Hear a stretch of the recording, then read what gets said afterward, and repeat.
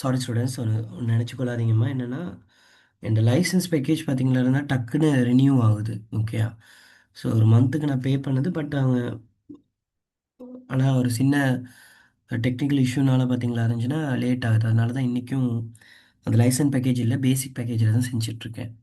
Okay, சரியா? Okay, பார்ப்போம். அப்போ பாலை சேகரிக்கும் போது கவனிக்க வேண்டியவை என்ன விஷயம்னாமா, ஒரு பாலை சேகரிக்கிற நேரம் நாங்கள் இடப்படுற வெட்டு பார்த்தீங்கன்னா 1 to 2 மில்லிமீட்டருக்குள்ளே இருக்கணும். ஓவரா நீங்க ஆழமா வெட்டும்போது ஒரு பிரச்சனை நடக்கும். என்னதுன்னு கேட்டீங்கன்னா, காயில உள்ள சாறும் மாப்பொருளும் பாலுடன் கலக்கும். காயில உள்ள சாறும் மாப்பொருளும் பாலுடன் கலக்கும். அப்படி கலந்தா அந்த பால்ல தரம் குன்று போயிரும். அதனால பாலை சேகரிக்கும் போது நீ கவனமா வெட்டு 1 to 2 மில்லிமீட்டருக்குள்ள தான் இருக்கணும். சார் எப்படி சார் 1 to 2 மில்லிமீட்டர் இருந்தது? இது நல்லா கொஞ்சம் தேர்ச்சி பெற்ற ஆட்கள் தான், அவங்களுக்கு தான் தெரியும் இப்ப எந்த அளவு வெட்டணும்ட்டு. அடுத்தது, இரும்பு, செப்பு, பித்தளை பாத்திரங்கள்ல பால் சேகரித்தல் கூடாது. ஏன் அப்படின்னு கேட்டா, பால்ல நிறம் மாறி தொழிற்பாடற்று போகும். ஏன்னா இரும்பு, செப்பு, பித்தளை போன்ற உலோக பாத்திரங்களுடன் அந்த பால் தாக்கம் புரியக்கூடியது. ஆகவே பால்ல நிறம் மாறி தொழிற்பாடு அற்று போகும். பால்ட நிறம் மாறி தொழிற்பாடு அற்று போகும். களஞ்சியப்படுத்துறதுக்கு பயன்படுத்தப்படுற பெட்டிகள் மூடிகளை உடையதா கட்டாயம் இருக்கணும். அதே மாதிரி நிழலில் வச்சு கட்டாயம் பாதுகாக்கணும். அப்படி நிழல்ல நீங்க வைக்கலைன்னா அதுல நொதிய துடிப்பாடு அற்று போகும். நான் சொன்னேன், நிழல்ல வைக்காம ஒளிப்படுற இடத்துலயோ அந்த மாதிரி இடங்கள்ல நீங்க வைக்கும்போது கட்டாயம் அந்த பால்ல காணப்படுற நொதிய துடிப்பாடு அற்று போயிடும். அப்படி அற்று போயிருச்சுன்னா அந்த பாலை நீங்க யூஸ் பண்றதே வேஸ்ட் தான். அடுத்தது, பால் சேகரிக்கப்படும் போது உலர்ந்த பால் உடன் பாலுடன் கலத்தல் கூடாது. அது என்ன உலர்ந்த பால் உடன் பாலுடன் கலக்கக்கூடாதுன்றது? உலர்ந்த பால்னு சொல்றது, ஒரு தடவை நீ பாலை சேகரித்த பிறகு அந்த பப்பாசியோட மேற்பரப்பில் பார்த்தீங்களா இருந்தா, ஓகே, அந்த பப்பாசியோட மேற்பரப்பில் பார்த்தீங்களா இருந்தா காணப்படுற பாலுக்கு பேர் தான் உலர்பால். விளங்குதா? பப்பாசியோட மேற்பரப்பில் காணப்படுற பாலுக்கு பேர் தான் என்ன பால்? அந்த காஞ்ச பாலுக்கு பேர் தான் உலர்ந்த பால். அதுக்கு பக்கத்துல நீ ஒரு புது வெட்டு ஒன்று வெட்டுவ. அந்த வெட்டு இட்டு நீ கலெக்ட் பண்ற பால் தான் உடன் பால். அப்ப உலர்ந்த பால் உடன் பாலுடன் கலக்கக்கூடாது. அப்படி கலந்தாலும் என்ன நடந்துரும்? பால்ல தரம் குன்றி போயிடும். அடுத்தது, பாலை சேகரிக்கும் போது பார்த்தீங்கன்னா ஈரப்பதன் கூடிய நாட்கள்ல தான் பாலை சேகரிக்கணும். அப்படி சேகரிச்சாதான் கூடிய அளவான பாலை பெறலாம். நான் சொன்னேன், பாலை சேகரிக்கிற டைமும் பாருங்க. ரப்பர் பால் சேகரிக்கிற டைம் என்னது? அதிகாலை வேலையில. அதிகாலை வேலையில வெப்பநிலை குறைவு, ஈரப்பதன் அதிகம். அந்த மாதிரி சந்தர்ப்பத்தில் நாங்கள் பாலை சேகரிக்கும் போது தான் அதிக அளவு பாலை பெற்றுக்கொள்ளலாம். அதே மாதிரி தான் நாட்களும்.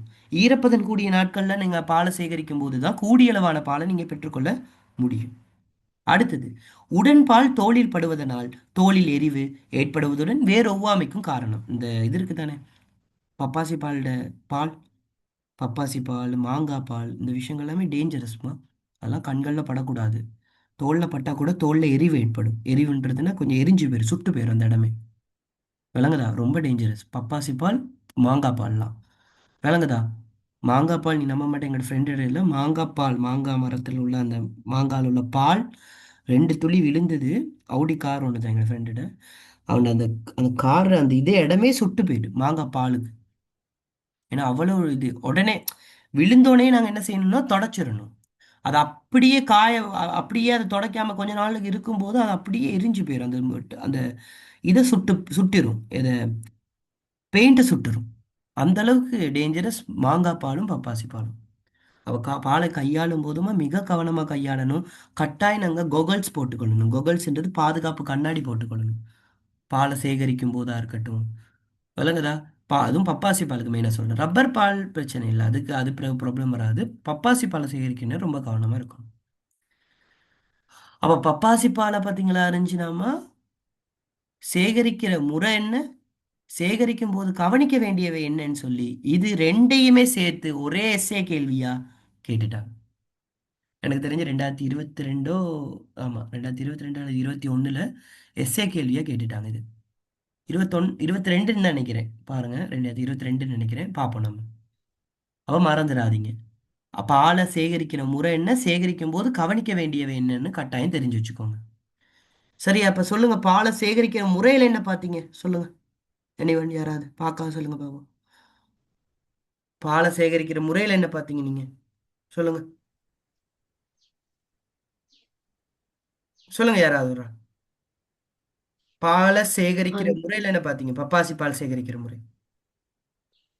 பாலை சேகரிக்கும் போது அது வந்து பழக்கக்கூடாது. அந்த பப்பாசிக்காய் வந்து 3 தொடக்கம் 4 4 மாதம் என்ன 4 வாரத்துக்கு பிறகு பூத்த ம். நிலையில வந்து அதுல பாலை சேகரிப்பேன். அது சேகரிக்கக்குள்ள சொல்ல 1 தொடக்கம் 2 முற்றிய எனினும் பழுக்காத பப்பாசி காய்கள் ஒரே வேர்ட்ல முடிக்கலாம். முற்றிய ஆனா பழுக்காத பப்பாசி காய் அப்பதான் அதுல பால் சேகரிக்கலாம். ஓகே, சரி சொல்லுங்க. அதுல 1 தொடக்கம் 2 மில்லிமீட்டர் அளவு ஆழத்துல வெட்டணும். இதுக்காக உருக்கினாலான கத்தி வந்து பயன்படுத்தப்படுது.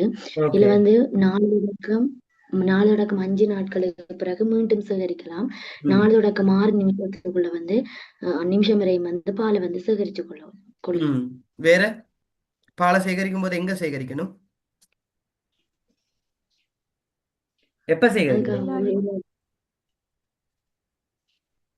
உருக்கினால் அந்த கரை உருக்கினால் பாத்திரத்துல சேகரிக்கும். சேகரிக்கணும் எப்ப சேகரிக்கணும்? காலை வேளையில சேகரிக்கும். காலை வேலைனாலும் அதாவது சொல்லுவாங்க பப்பாசி பழம் சேகரிக்கிற நேரமா காலை வேலைன்னு இல்ல. காலை வேலை சரிதான், நான் சொல்றேன். ஈரப்பதன் கூடிய நாட்கள்ல தான் பாலை சேகரிக்கணும். சரியா?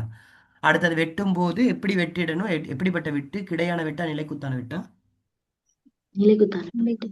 ம். சரி. ஒரு பப்பாசிக்கால எத்தனை வெட்டுகள் இடலாம்? சாதாரணமா ஒரு ஒரு தடவை நீங்க இடும்போது எத்தனை வெட்டுகள் இடலாம்? 3 to 4 வெட்டுகள் விடலாம். ஓகேயா? சரி, இது கட்டாயம் ஞாபகத்துல வச்சுக்கோங்க. அடுத்தது, பாலை சேகரிக்கும் போது கவனிக்க வேண்டியவை என்னது? வெட்டின் ஆழம் எவ்வளவு இருக்கணும்? 1 to 2 மில்லிமீட்டருக்குள்ள இருக்கணும். அதை விட அதிகரிச்சுச்சுன்னா காயில் உள்ள சாரும் மாப்பொருளும் எதோட கலந்துரும்? பாலோட பாலோட கரைஞ்சினா பாலோட தரம் என்ன செஞ்சிடும்? குன்றும். ஓகே, வேற என்ன முக்கியமான பாயிண்ட் சேகரிக்கும் போது கவனிக்க வேண்டியது? செப்பு பித்தளை பாத்திரங்கள்ல சேர்க்கை. ஓ, இரும்பு செப்பு பித்தளை பாத்திரங்களை சேகரிக்க கூடாது. அது என்ன செய்யும்னா, அப்படி சேகரிக்கும் போது பால்ட நிறம் மாறி அதுல தொழிற்பாடு அற்று போகும். அடுத்தது, சேகரிக்கும் போது ஈரப்பதன் கூடிய நாட்களாக இருக்கணும். வெப்பநிலை கூடிய நாட்களாக இருக்கக்கூடாது. அப்படி இருந்துச்சுன்னா கட்டாயம் பார்த்தீங்களா இருந்தா பால்ட தரம் குன்றும்.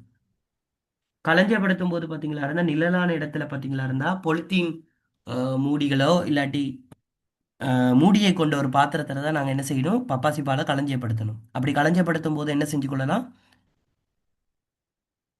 என்ன செஞ்சு கொள்ளலாம்? அப்படி களஞ்சியப்படுத்துறதுக்கான காரணம் என்னது? பப்பாசி பால்ட நொதிய துளிப்பாடு பாதுகாக்கிறதுக்காக. ஓகே, நொதிய துளிப்பாடை பாதுகாக்கிறதுக்காக. ஏன்னா ஒருவேளை நீங்க அதிகமான வெப்பநிலையில் உள்ள சூழலை வைக்கும் போது பார்த்தீங்கன்னா நொதிய துளிப்பாடு அற்று போயிடும். நொதிய துளிப்பாடு அற்று போயிடுச்சுன்னா பால்ட நிறமே மாறிடும். ஓகேயா? அடுத்தது,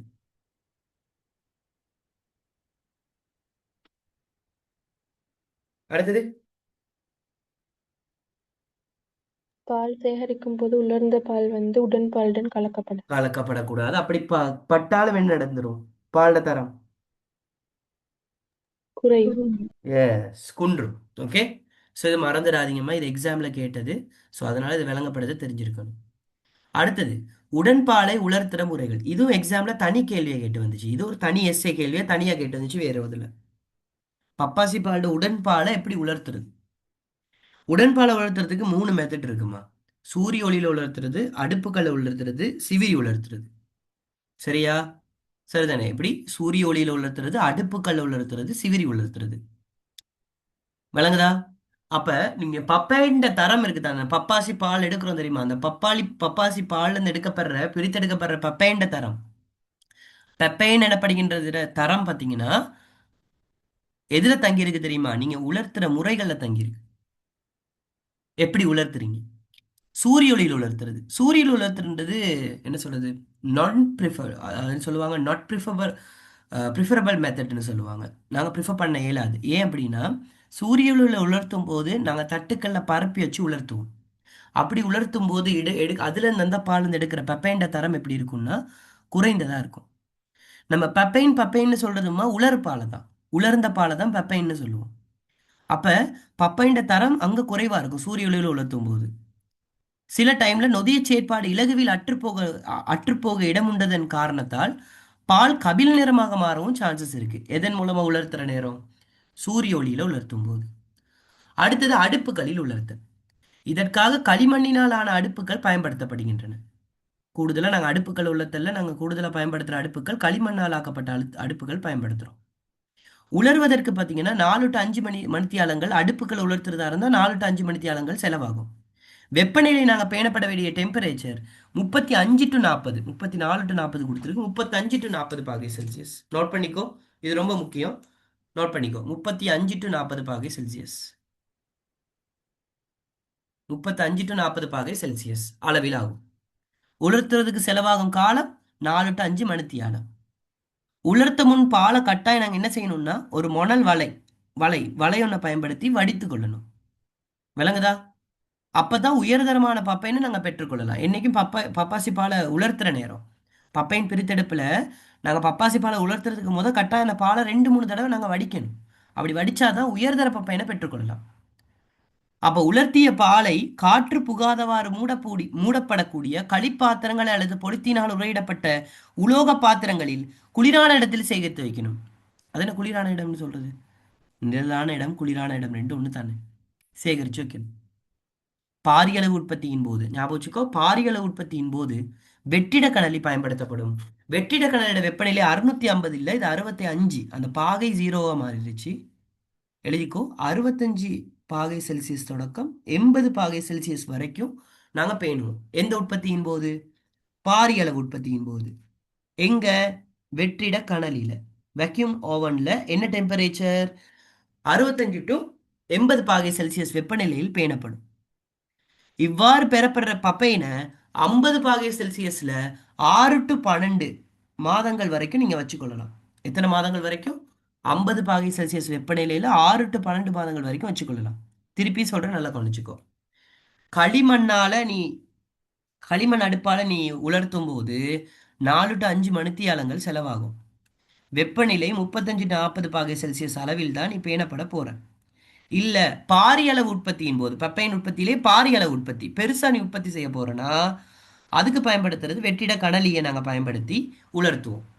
அப்படி வெற்றிட கனலியை பயன்படுத்தி உலர்த்துற நேரம் 65 தொடக்கம் 80 பாகை செல்சியஸ்ல வெப்பநிலை பேணப்பட வேண்டும். அந்த வெப்பநிலையில அந்த பாலை உலர்த்தின பிறகு, இந்த 65 to 80 பாகை செல்சியஸ் வெப்பநிலையில பாலை உலர்த்தின பிறகு இவ்வாறு பெறப்படுற பாலில் உள்ள பப்பைன் பாத்தியா இருந்தா 50 பாகை செல்சியஸ் வெப்பநிலையில 6 to 12 மாதங்கள் வரைக்கும் உறுதியா வச்சிருக்கலாம். எப்படி? 6 to 12 மாதங்கள் வரைக்கும் உறுதியா காணப்படும்.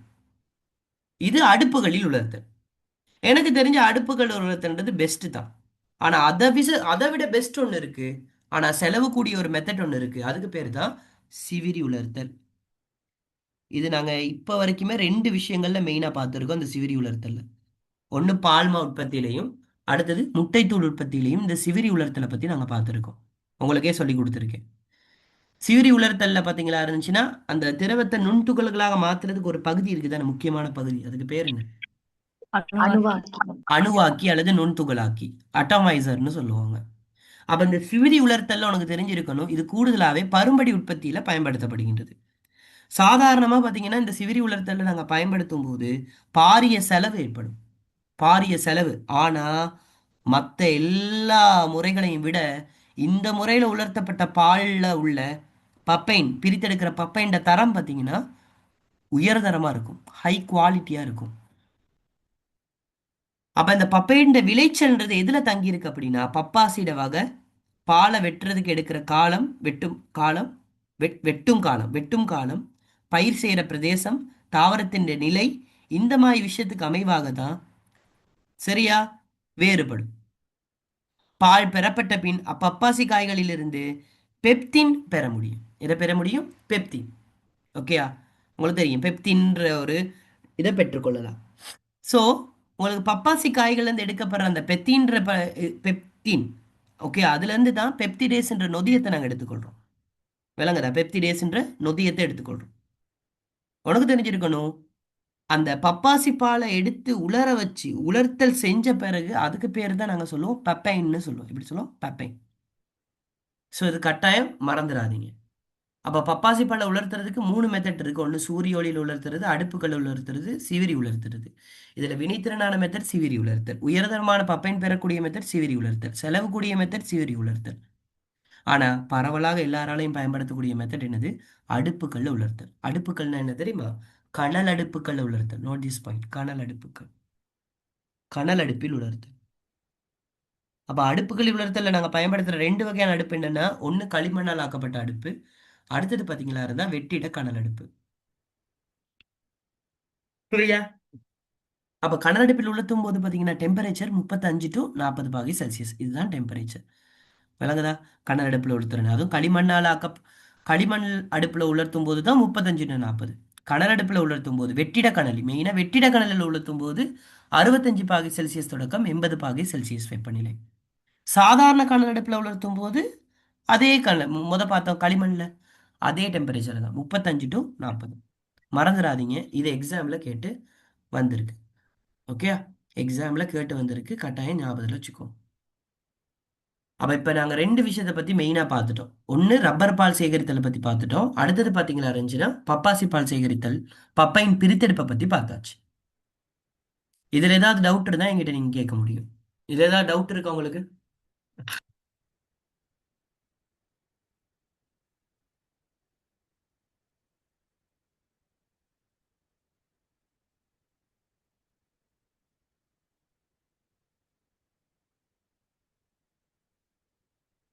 ஓகே, இல்ல தானே? ஓகே, இப்ப நம்ம அடுத்ததுக்கு போவோம். மூணாவது நாங்க பார்க்க போறது பைனஸ் ரெசின் சேகரித்தல். இது எப்படி சார் பைனஸ் ரெசின் சேகரித்தல்ன்றது? நீ இந்த பப்பாசி பால் சேகரித்தல் அதே மாதிரி அதுக்கு பார்த்த ரப்பர் பால் சேகரித்தல் அதே பேட்டர்ன் தான் இங்கேயுமே, கொஞ்சம் டிஃப்ரெண்டா இருக்கும். இங்கு பைனஸ் ரெசின் என்பது நன்கு வளர்ந்த பட்டை நன்கு இறுக்கமாக பொருந்தியுள்ள ஒரு ஆரோக்கியமான தாவரத்திலிருந்து மட்டும்தான் நீங்க ரெசின் எடுக்கணும். அப்பதான் அந்த ரெசின் குவாலிட்டி கூடவா இருக்கும். பைனஸ் ரெசின் சேகரிக்கிறது பார்த்தீங்கன்னா நிலமட்டத்திலிருந்து 60 to 90 சென்டிமீட்டர் உயரத்துல 25 சென்டிமீட்டர் நீளமான வெட்டுக்கள் தான் நாங்க இடணும். இடப்பட வேண்டிய வெட்டு பார்த்தீங்கன்னா வி வடிவத்துல வெட்டணும். இந்த மாதிரி நான் காட்டுறேன்.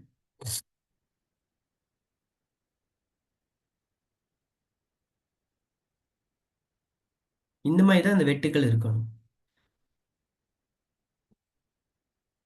அப்ப இதன் வழியா வடிகிற திரவம் இருக்குதானே, அந்த திரவத்தை நாங்க என்ன செய்யணும்? சேகரிக்கணும். விளங்குதா? அப்ப பைனஸ் ரெசின். அவன் மறந்துடாத, பைனஸ் ரெசின்றது உனக்கு தெரியணும். நிலமட்டத்துல இருந்து 60 to 90 சென்டிமீட்டர் உயரத்துல 25 சென்டிமீட்டர் நீளமான வெட்டு தான் நாங்க இடணும். ஓகேயா? அதிக ரெசினை பெறணுமா இருந்தா நாங்க வி வடிவத்துல வெட்டுக்கள் இடுறது தான் பெட்டர். இந்த வெட்டுக்களின் கீழந்தத்தில் தான் ரெசினை சேகரிப்பதற்கான பாத்திரம் நாங்க பொருத்தப்பட வேண்டும். உதாரணமா இந்த படத்தை பார்த்தீங்கன்னா தெரியும். இதுல எப்படி வெட்டியிருக்காங்கன்றது தெரியும். வி ஷேப்ல தான் வெட்டுவாங்க. ஓகே, இந்த மாதிரி வி ஷேப்ல தான் வெட்டியிருப்பாங்க. இதுல கிளியர் இல்லை பெருசா, நான் காட்டுறேன் உனக்கு கிளியரான படம் ஒன்று காட்டுறேன். அடுத்தது பதநீர் பெறல். அதென்ன சார் பதநீர் பெறல்னா? இது உனக்கு தெரியும் தானே சாதாரணமா. தென்னை பனை கித்துள் ஆகியவற்றை பூந்துணர்ல இருந்து பூந்துணரை சீவும் போது வெளியே வர்ற தண்ணி தான் பதநீர். விளங்குதா? இந்த பதநீரை நல்லா சேகரிச்சு பார்த்தீங்களா இருந்துச்சுன்னா வினாக்கிரி, பானி, கருப்பட்டி, கல் உற்பத்திக்கு இந்த பதநீரை தான் எடுத்துக்கொள்றாங்க.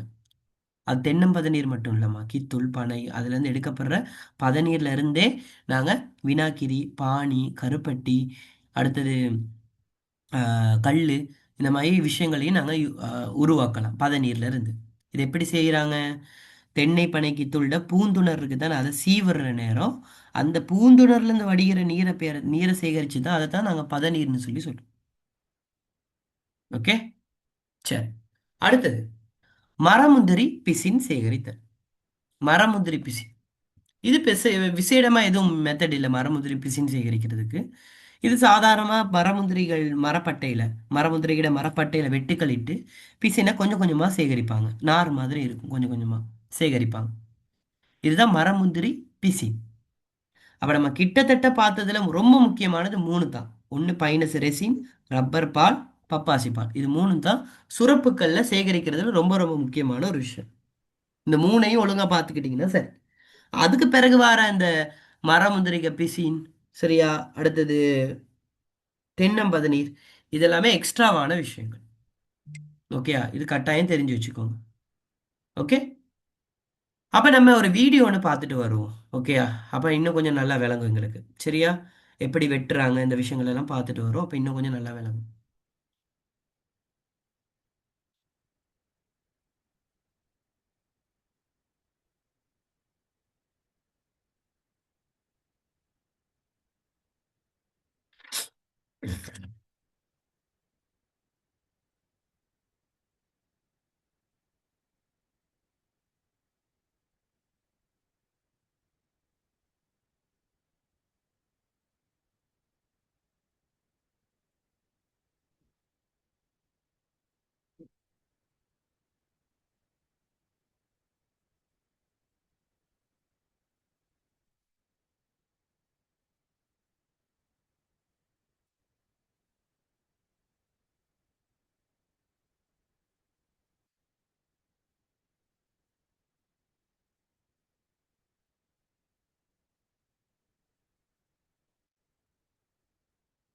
If you understand English but can't speak, this is for you.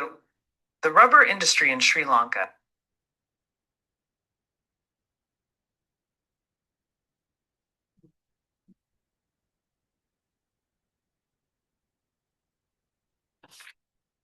Okay, இது விளங்குதா உங்களுக்கு? பாருங்க.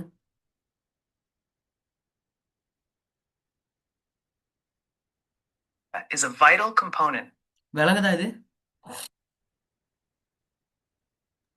ஓ sir. Okay. Of the country's economy, with a history stretching back over a century as a key player in the global rubber market, contributing significantly to both the national income and employment. This article explores the origins, development, and current status of the rubber industry in Sri Lanka, highlighting its economic significance, challenges, and future prospects. Historical background. The origins of the rubber industry in Sri Lanka date back to the late 19th century, during British colonial rule. Rubber was first introduced to the island in 1876 when the British brought seeds of the Hevea brasiliensis tree, native to the Amazon basin, to Sri Lanka. The first commercial rubber plantation was established in 1877 at Henarathgoda near Gampaha. Over the next few decades, rubber cultivation spread rapidly across the country, particularly in the wet zone, where the climate was ideal for rubber trees. By the early 20th century, rubber had become one of Sri Lanka's major export crops, alongside tea and coconut. The industry grew steadily, with the government and private sector investing in research and development to improve yields and quality. The establishment played a crucial role in advancing rubber cultivation techniques and ensuring the top producers of footwear and medical production. The sector also provides valuable foreign exchange. Smallholders, plantation workers, and those employed in rubber processing 100,000 people, including smallholder farmers, plantation workers, and those employed in rubber processing and manufacturing. இதுதான் rubber ஷீட்னு சொல்லுவாங்க. Rubber sheet இதுதான். ஓகேயா? எப்படி தயாரிக்கிறாங்க பாருங்க. Smallholders play a இது நீங்க 14ஆம் பாடத்துல உங்களுக்கு இன்னும் சொல்லி தருவேன். ரப்பர்ல இருந்து தயாரிக்கிற விஷயங்கள். ஓகேயா? particularly important role, contributing to over 60% of the country's total rubber production. The sector also provides valuable foreign exchange earnings, with rubber exports generating substantial revenue for the country. Chalka costs and competition rubber tree population, declining productivity, and labor shortages are significant concerns that threaten the long-term sustainability of the sector. Environmental challenges also pose a threat to the industry. Deforestation and land degradation resulting from the expansion of rubber plantations have led to the loss of biodiversity and soil fertility in some areas. Climate change, with its associated unpredictable weather patterns, further exacerbates these issues. In response to these challenges, there has been a growing emphasis on sustainability within the industry. The government and private sector have been working together to promote replanting and the adoption of modern, sustainable agricultural practices. Efforts are also being made to develop value-added rubber products and to diversify the industry to reduce its dependence on raw rubber exports. Future prospects. Looking ahead, the future of Sri Lanka's rubber industry will depend on its ability to adapt to changing global conditions. Innovation and investment in research and ஓகேயா? இப்படிதான் rubber பாலை சேகரிக்கிறாங்க. ஓகேயா? So உங்களுக்கு rubber பாலை சேகரிக்கிற நேரம் கவனிக்க வேண்டிய விடயங்களை கட்டாயம் பார்த்துக்கோங்க. ஓகே, அடுத்தது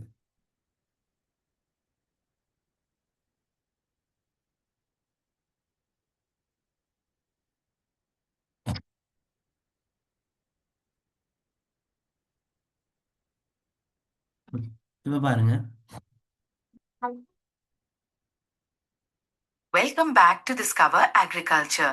Today, we're exploring a fascinating natural enzyme called papin, extracted from the papaya plant.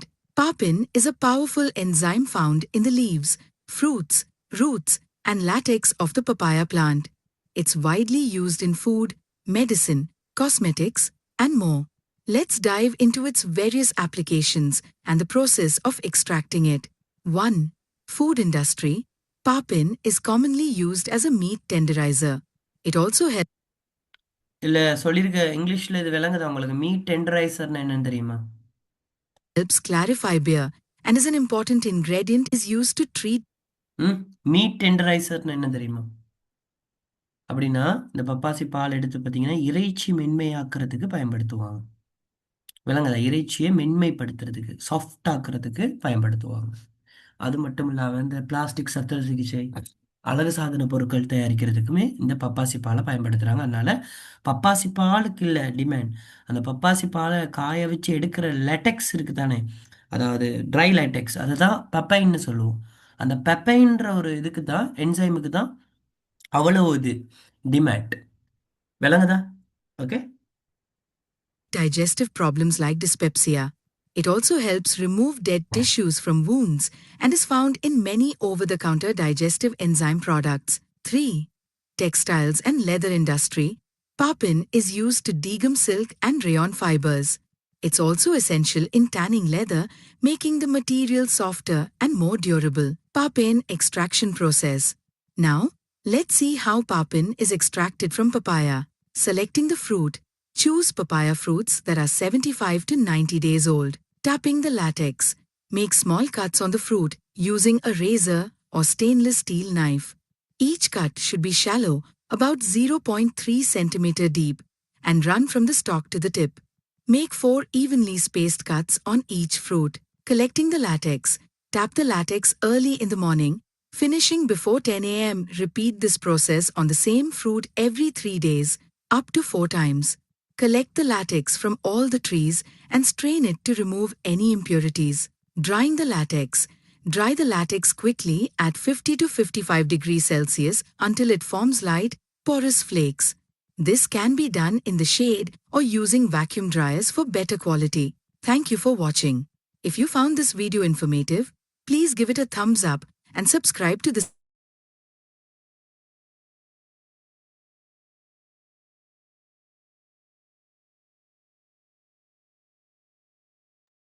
Okay, விளங்குச்சா இது? பப்பாசி பால் எப்படி பிரித்தெடுக்கிறாங்கன்றது, எந்தெந்த இண்டஸ்ட்ரி இதில் பயன்படுத்துகிறாங்கன்றது விளங்கிச்சா? கிளியரா? ஆம் சார். ஓகே, இந்த மாதிரி விஷயங்கள் இருக்கு. ஓகே, அடுத்தது நாங்கள் பார்க்க போகிறது பைனஸ் ரெசின்.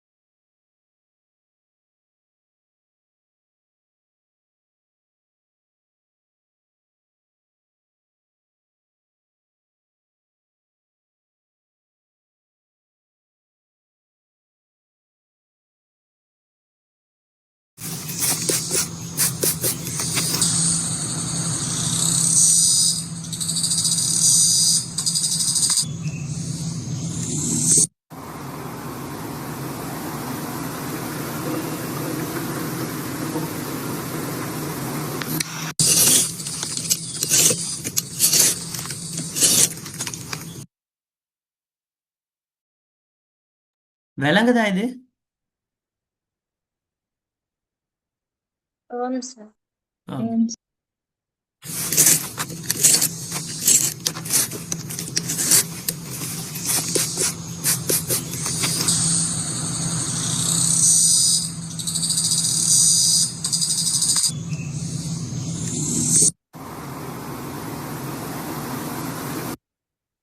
புரியுதா எப்படி இருக்குன்னு ரெசின்ன்றது? ஆ, இதுல இருந்து தான் நிறைய விஷயங்கள் தயாரிக்கிறாங்க ரெசின். விளங்குதா? ரெசின்ல இருந்து நிறைய விஷயங்கள், வாசனை திரவியங்கள் தான் மெயினே. வாசனை திரவியத்துல இருந்து நிறைய விஷயங்கள் தயாரிக்கிறாங்க இந்த ரெசின்ல இருந்து தான். ஸோ மறந்துடாதீங்க. ஓகே, ஸோ பைனஸ் ரெசினை தான் சிலவங்க குங்கிலியம்னு சொல்லுவாங்க. குங்கிலியம். ஓகே, சரிதானே? இந்த சாம்பிராணிலாம் தயாரிக்கிறாங்க, அதுக்கும் பயன்படுத்துவாங்க. ஓகே, குங்கிலியம்னு சொல்லுவாங்க. ஓகே, சரி. ஓகே, இது இந்த மாதிரி விஷயம், இந்த மாதிரி நிறையா இருக்குது. ஓகேயா? இப்போ மரமுந்திரிகை பிசினும் பார்க்கலாம் நம்ம. ஓகேயா? இதில் இருக்குமா, அதில் கொஞ்சம் பார்ப்போம்.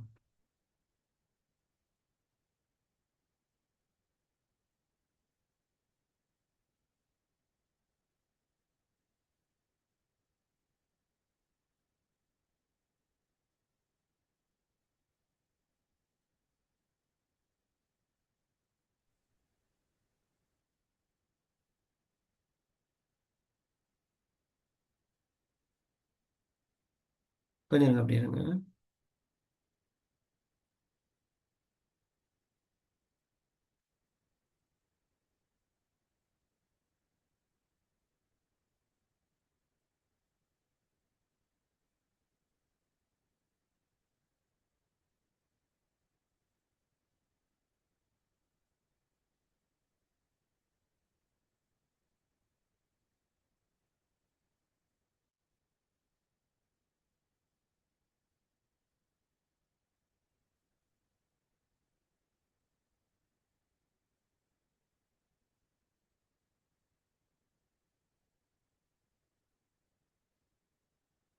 ம்,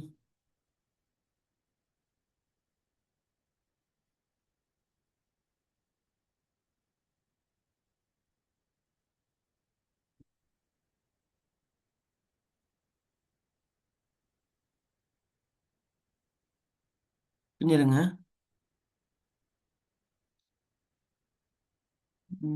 இது வேற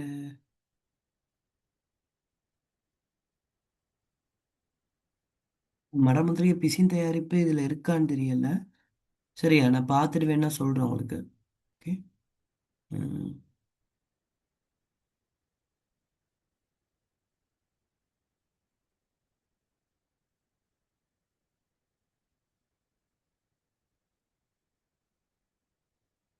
இதை பார்ப்போம். පුවත් නැවෙන්නේ පිරිපුන් රසය සැදෙන්නේ දීවා සමගින් පමණයි.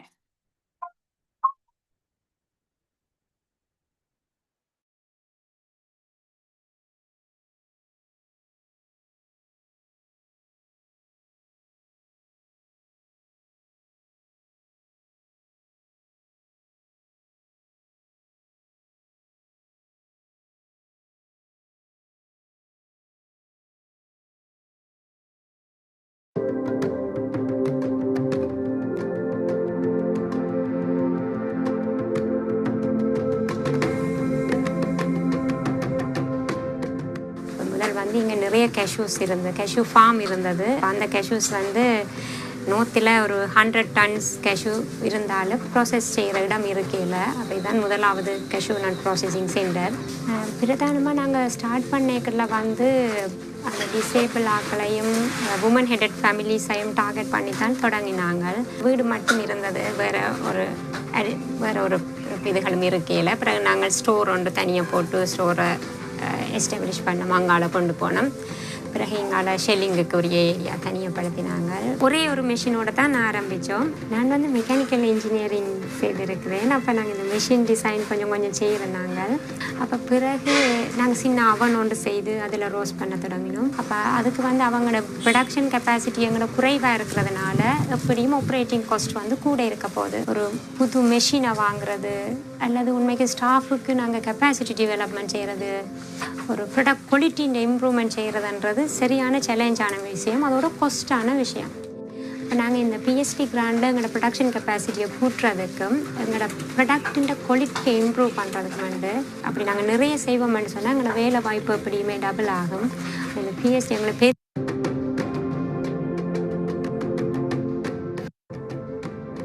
ඔක්තෝබර් වල 50කට විතර වගේ ඩිරෙක්ට් ජොබ් ඔපචුනිටිස් හද කැටලයිස් PhD ප්‍රෝග්‍රෑම්.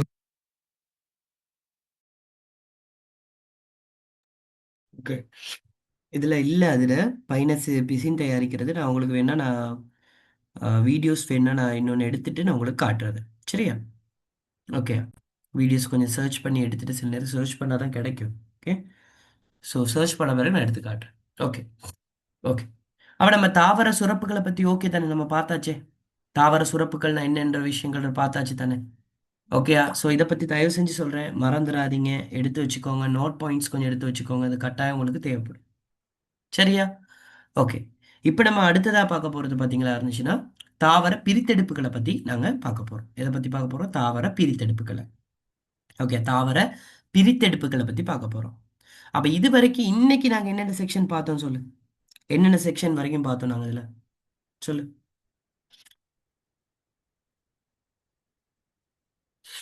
என்னென்ன செக்ஷன் ஸ்டார்ட் பண்ணோம் நாங்க? ஃபர்ஸ்ட் என்ன ஸ்டார்ட் பண்ணோம்? தாவர சுரப்புகள். தாவர சுரப்புகள்ல இருக்கிற அந்த 2 வகையான இழையங்களை பத்தி பார்த்து, இப்ப தாவர சுரப்புகள்ல 5 வகையும் பத்தி நாங்க பார்த்தாச்சு. அதை எப்படி சேகரிக்கிறது, என்ன மாதிரி சேகரிக்கிறதுன்றது எல்லாமே நாங்க பார்த்துட்டோம். சரியா? இப்ப நாங்க பார்க்க போறது தாவர பிரித்தெடுப்புகளை தான் பார்க்கணும். எதை பார்க்கணும்? தாவர பிரித்தெடுப்புகள். இது ஈஸியான ஒரு செக்ஷன். இதுக்கு நீங்க இதை எங்க படிச்சிருப்பீங்க அப்படின்னு கேட்டா, உங்களுக்கே தெரியும் எங்க படிச்சிருப்பீங்கன்னு. எங்க படிச்சிருக்கீங்க? ம் SFT. எஸ்எஃப்டில. எஸ்எஃப்டில இது படிச்சிருப்பீங்க. ஓகேயா? சரிதானே. அதுக்குன்னு நான் அதை விட்டுட்டு போயிடல. அது நான் உங்களுக்கு எங்கட பிஎஸ்டியில் என்ன விஷயம் இருக்குன்றதை நான் கட்டாயம் உங்களுக்கு சொல்லிட்டு போவோம். ஓகே, சரி. இப்போ நாங்கள் பார்க்க போகிறது தாவர பிரித்தெடுப்புகளை பற்றி நாங்கள் இன்னும் கொஞ்சம் பார்ப்போம். இது சம்மந்தமான கேள்விகளை நாங்கள் பாஸ் பேப்பர் டிஸ்கஷனில் நாங்கள் பார்ப்போம். முதலாவது தாவர பிரித்தெடுப்புகள். தாவர பிரித்தெடுப்புகள்னு எடுத்துக்கிட்டிங்கன்னா, ஓகே, டைம் முடிய போதுமா? திருப்பி அந்த லிங்கை கிளிக் பண்ணி ஜாயின் ஆகுங்க. ஓகே, கொஞ்சம் கஷ்டமாக தான் இருக்கும். நான் பெரும்பாலும் இன்னைக்கு ஈவினிங்குள்ளே சால்வ் பண்ணிடுவேன். சரிதானே. ஸோ திருப்பி கிளிக் பண்ணி ஜாயின் ஆகுங்க அந்த லிங்கை.